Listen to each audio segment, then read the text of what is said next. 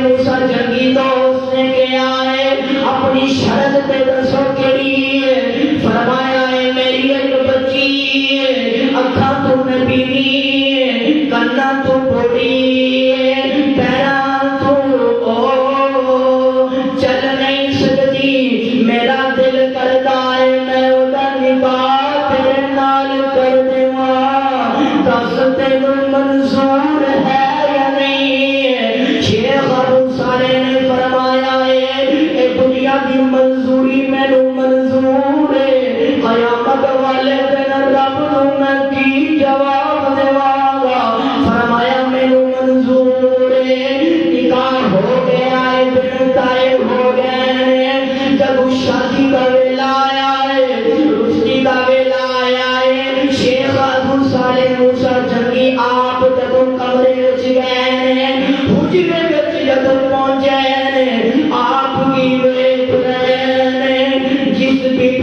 وال میں تریا وہ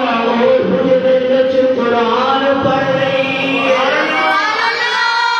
جس بی بی وال میں حجرے وچ گیا وہ قرآن پڑھ رہی ہے آپ توڑے توڑے پیچھے آئے نے فرمایا پہلے تے ایک سیب دی مینوں معافی نہیں مل رہی دوجا میں آگے جا کے بی بی وال ویکھ لے آئے جدوں پیچھے آئے نے آگے کہنے لگے